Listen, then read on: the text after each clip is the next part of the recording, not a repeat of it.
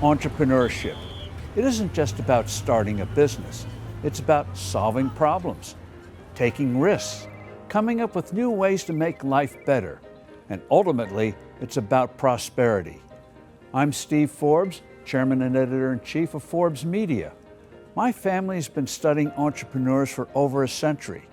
My grandfather, B.C. Forbes, started this magazine in 1917 with a simple but powerful mission: to spotlight those who create happiness through enterprise. That mission still guides us to this day. So what makes a successful entrepreneur? How are those skills developed? And who benefits? This is what we want to explore.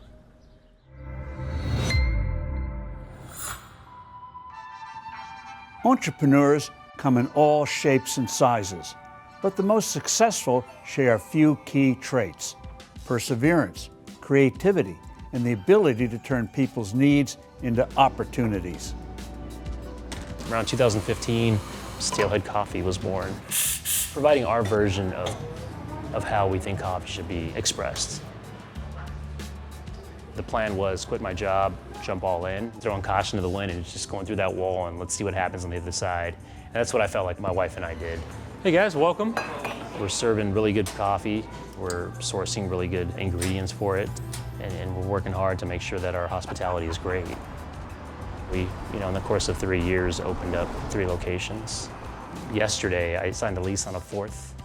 I can't think of a more important product in terms of community and neighborhood than coffee, and so that's why it's special. Today, when businesses are offering things like self-driving cars, coffee sounds like the exact opposite of innovation. You don't need to invent an entirely new category or market to create meaningful innovation. Some of the most transformative ventures are derived from business model innovation, from rethinking distribution channels, improving accessibility, redesigning the customer experience. It's less about the what and more about the how and the execution. And that includes futuristic products like self-driving cars and AI, and everyday products as well. Products like Pepperidge Farm's whole wheat bread, the Barbie doll, and even frozen French fries were simply new ways to improve upon existing products. In 2017, we made the decision to get into roasting. Nick Rodriguez, my ops director for the Steelhead Coffee concept, and we decided to form a partnership and create Penny Coffee Roasters. What are you roasting right now? That's this year. Okay. Our favorite. It's a vertical integration to buy from ourselves. When we talk about how businesses grow, we often use 2 terms: horizontal integration and vertical integration. Horizontal integration means expanding across the same level of the value chain, adding more of the same thing. For example, a coffee shop buying or opening new locations to increase market share and reach more customers. Vertical integration, on the other hand, is about going up and down the value chain to gain more control. Instead of relying on outside suppliers or distributors, it brings those functions in-house. So that same coffee shop might decide to start roasting its own beans, or might open its own distribution network or online store. Penny is trying to create exciting coffee that people can connect over, and that'll eventually build neighborhoods or communities. We opened the first location in 2019, and our second location opened up last year. Yeah, so this is Penny Coffee Roasters' 3rd location in Monrovia, California. This used to be an auto shop. We got big plans for this place. We're moving from an 800 square foot space to a 5,000 square foot space. We're excited about it. John had a vision, but more importantly, he acted on it. He took a risk, and that brings us to a key set of principles.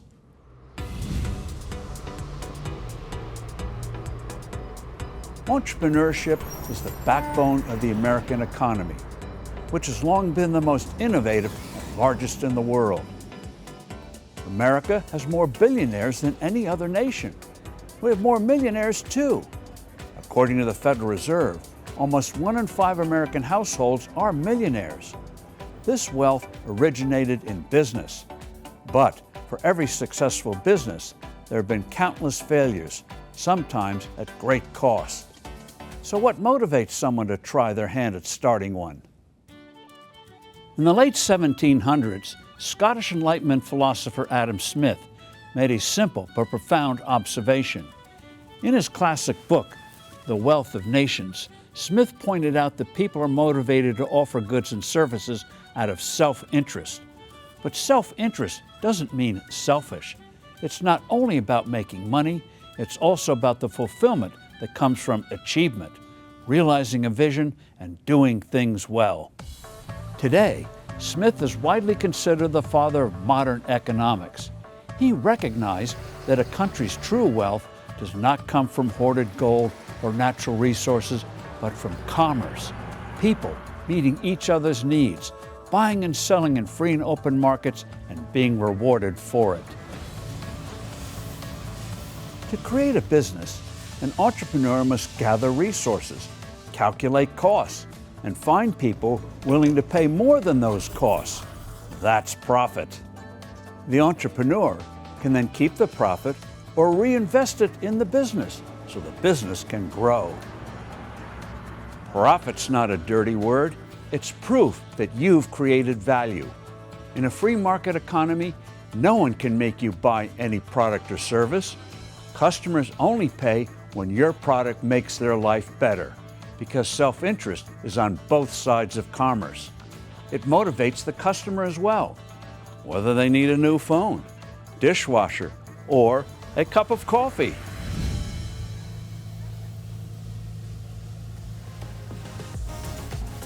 If you like adventure, continue on the path of opening your own business. There's just a lot of different things coming at you that you can't necessarily hire somebody to just take care of that. You got to take care of it yourself. Whether it be social media to at the same time getting a text that the air conditioning's down. You got to be able to pivot real quick from one hat to another. Our first day, we opened the door, okay, we're open, turn the open sign on, and nobody came. I was like by myself for the first hour. But we dropped leaflets off at every house. Hey, we're open now. Savings, a lot of elbow grease, and being smart with how we spend money was a key to success to keep the business going, and now we're 10 years old. If you're looking for a crowning moment where you can sit back and say, I did it, I'm the king or queen, it's not gonna happen. You gotta have a passion for the fight and a passion for the adventure of it. Success starts with mindset. Be curious, be persistent, learn from others. That is exactly what we do in our series, Steve Forbes on Achievement, where I profile entrepreneurs who have seen great success, telling the stories of people who recognized the need and filled it better than anyone else. Like Annie Malone, the first African-American woman millionaire. She created hair products that met the needs of Black women. Fred Arnold, an artist and World War II hero, invented a light, easy-to-carry chair for people to use at the beach. It soon became a staple of summer vacations. These entrepreneurs don't just serve their own interests, they create jobs along the way, with opportunities for vendors who supply their materials, employees who make or sell the product, and everyone in between. In the 1800s, John Deere created the steel plow that helped turn the American Midwest into the nation's breadbasket. He created jobs and opportunities for countless employees and so many others. His company became the John Deere of today, which employs around 80,000 people.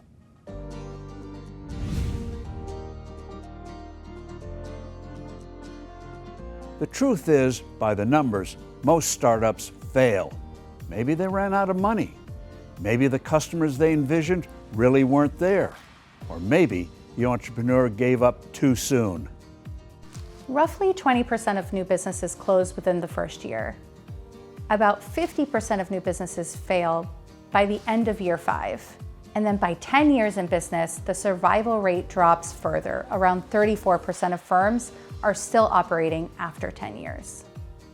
Successful entrepreneurs overcome obstacles through tenacity, creativity, and at times sheer luck. Creativity is central to entrepreneurship, not just in thinking up a business idea, but in overcoming all the obstacles. Estee Lauder, the hair and skincare giant, began by mixing her own skin creams. Her products were adored, but she couldn't convince the major department stores to sell them. and so she pioneered the use of free samples to get customers to look for the Estee Lauder brand. People were soon asking Saks, Bloomingdale's, and Neiman Marcus to carry Estee Lauder. You gotta learn. You gotta learn how to adjust yourself and be adaptable. When you open a business, you will fail, bottom line, and it's how you respond. I think that's the best advice I can give somebody. Whether it be leadership or bad business moves or wrong investments or just buying equipment that I brought home and didn't work after all.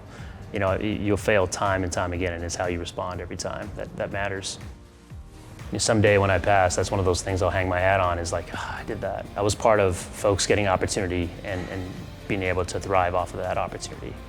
The traits that drive an entrepreneur's vision, including resilience and risk-taking, form the backbone of a thriving free market economy. Entrepreneurs don't just start businesses, they solve problems, create jobs, and shape the future. Whether you're already on that path or just beginning to think about it, remember, the spark of an entrepreneur lives in all of us. I'm Steve Forbes.